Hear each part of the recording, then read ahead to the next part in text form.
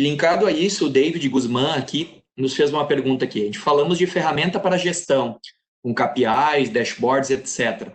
Mas como a gente enxerga a visão de obter informações de hábitos de consumo para fazer um melhor planejamento e relacionamento com o consumidor? Como é que a gente pode fazer isso?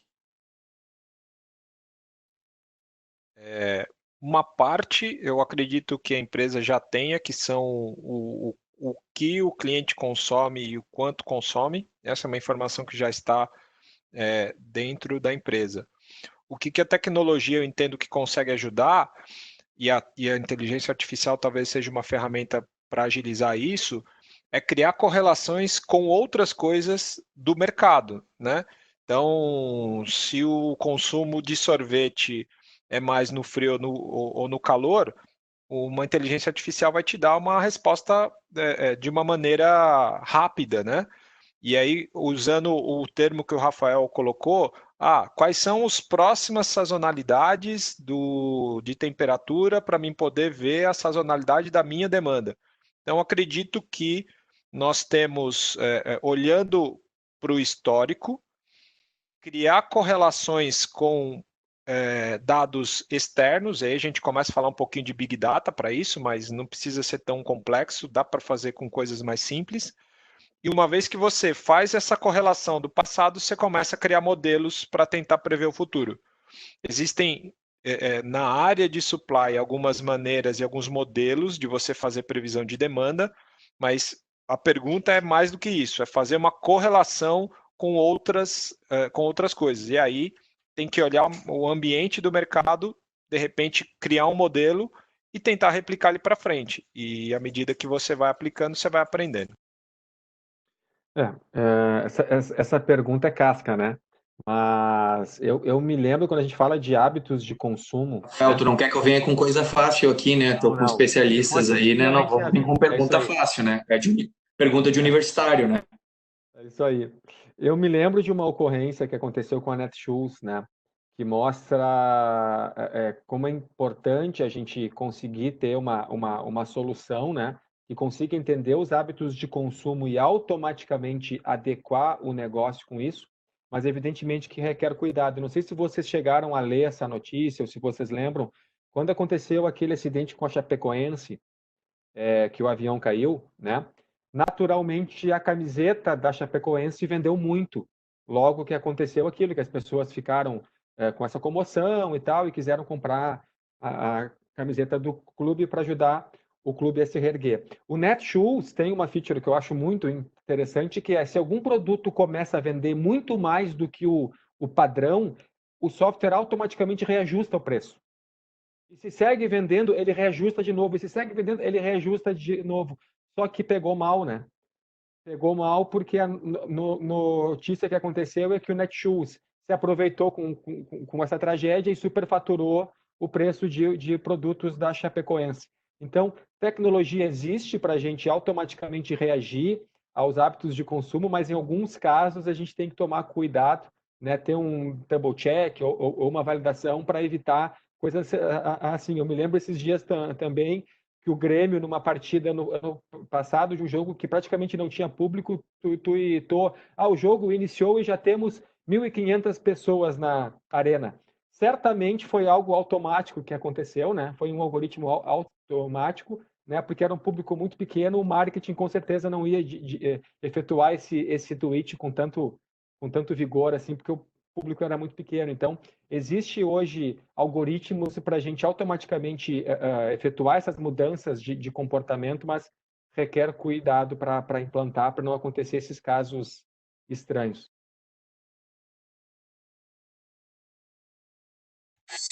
Perfeito, Rafael. Perfeito. Deixa eu pegar mais uma questão aqui. Eu acho que nesses termos aí o André trouxe, né? Nós temos as informações de uma forma simples, muitas vezes, né? Do próprio documento fiscal, como a gente explorou antes ali, né? Baseado, tu consegue ter previsões de consumo já e montar modelos matemáticos e preditivos a partir do histórico também, e várias outras experiências como essa de verificar, antecipar a tendência de consumo quando a pessoa entrar na loja, baseado nos seus perfis de redes sociais. Então, hoje a integração dessas múltiplas plataformas faz com que a gente possa antever e ditar tendências. Tem mais uma pergunta aqui que eu queria trazer para vocês, que a Edna Costa nos fez. O que vocês têm para nos dizer e como agir quando você trabalha com operadores logísticos que não acompanham a nossa tecnologia? O que eu tenho para dizer é que tem que convidar o time da eSales para bater um papo para ajudar esses parceiros aí, porque vocês vão acabar se surpreendendo que o tempo e o custo é muito mais baixo do que se imagina. Na operação do dia a dia, hoje no Brasil existe uma relação custo-benefício que eu acho que nem todas as empresas conseguem, vamos dizer assim, fazer um bom balanço, né?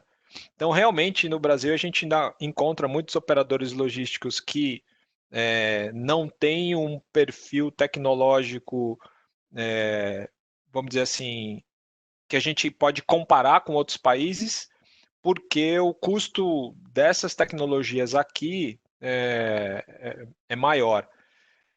Então, acho que o grande desafio do supply é conseguir despender pessoas para ter mais tempo para pensar nas soluções. Então, a gente precisa ter mais profissionais dentro de supply preparados para lidar com tecnologia nova.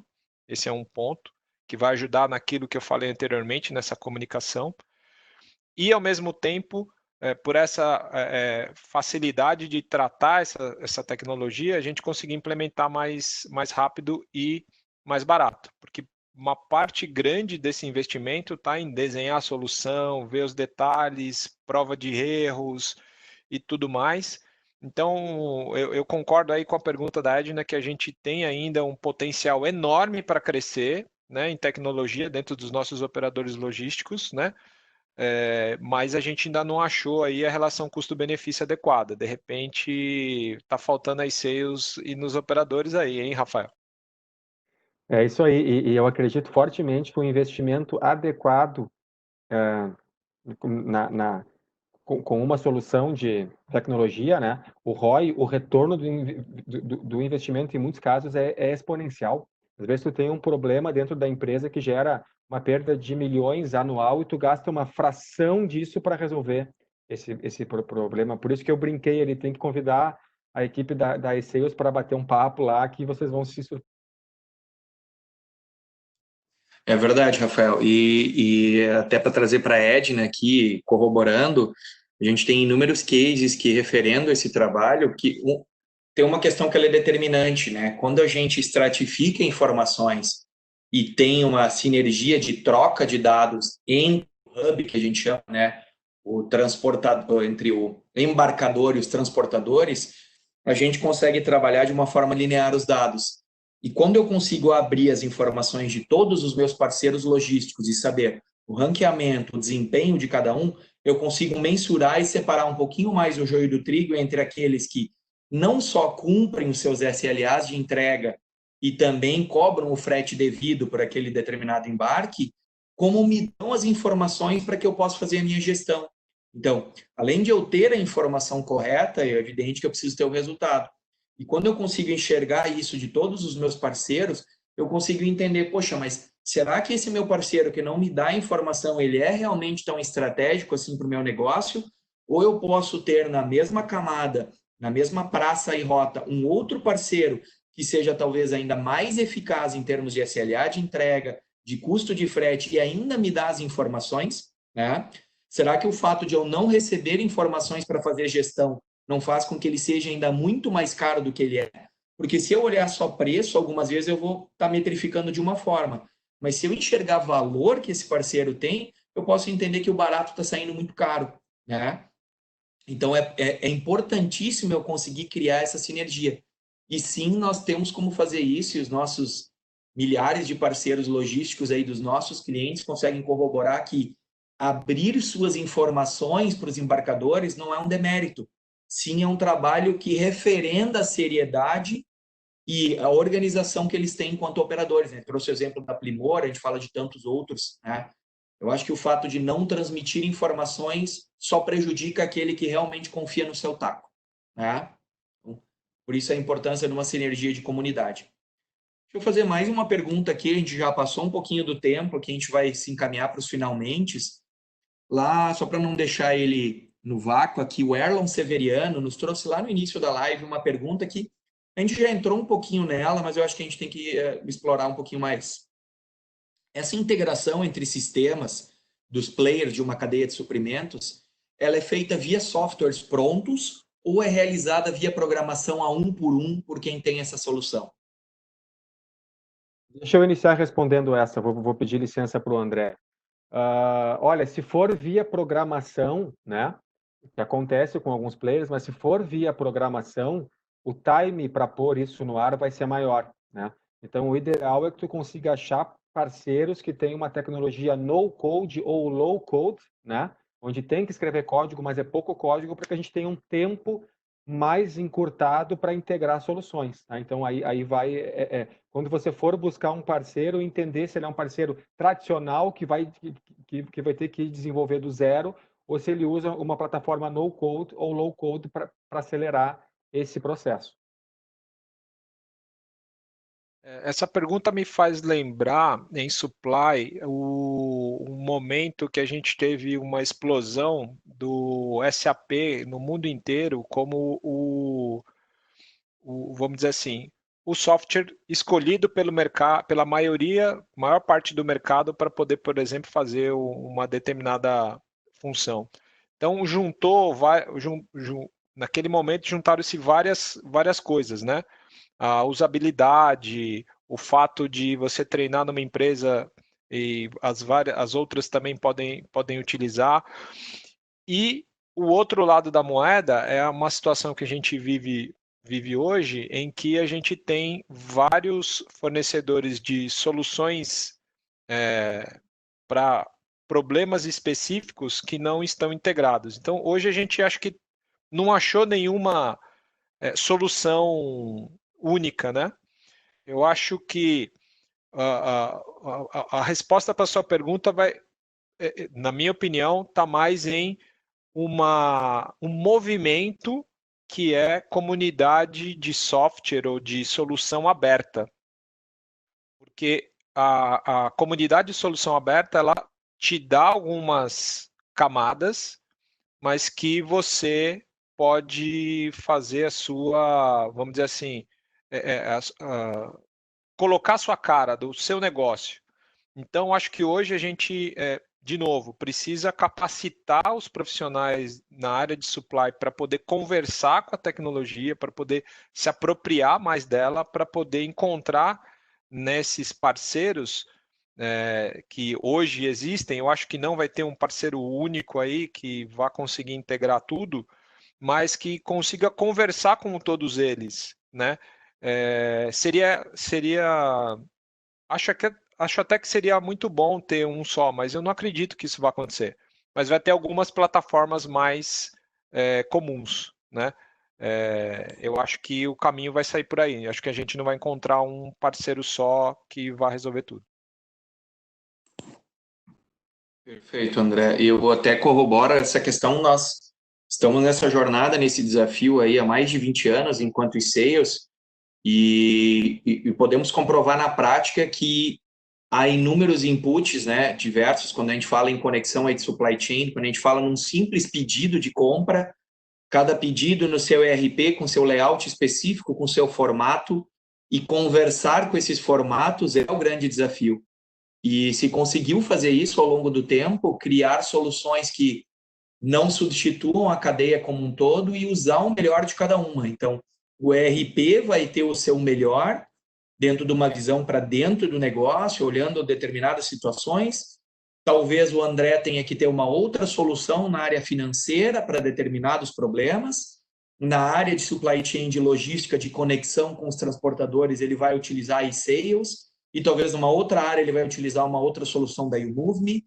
Então é isso, é entender como esses parceiros podem fazer o seu melhor e principalmente estar preparado numa visão mais aberta de conexão múltipla, né? Porque a gente está falando de cada vez mais players no mercado, cada vez mais formatos, e a gente tem que ter as nossas soluções abertas para conseguir conversar com todas, e não ser uma solução um para um, porque isso torna um processo dentro de tecnologia praticamente inviável, né?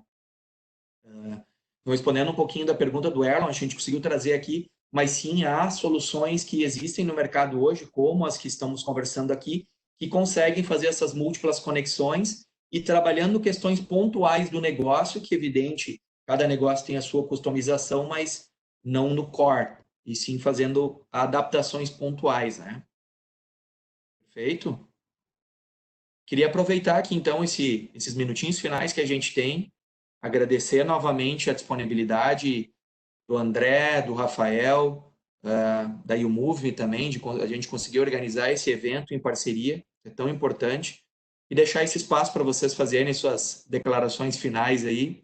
Fiquem à vontade.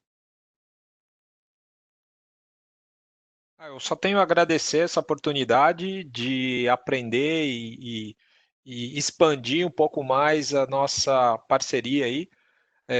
A gente vai construir um atendimento de cliente, um atendimento dos clientes com excelência e um supply chain mais colaborativo, promovendo justamente esse tipo de conversa, né, chamando as pessoas para poder contribuir, porque agora, né, nesse novo normal que a gente vai viver depois da pandemia, é justamente criar essas comunidades que estão aí trazendo as novas soluções. Então, eu agradeço aí pelo convite, né?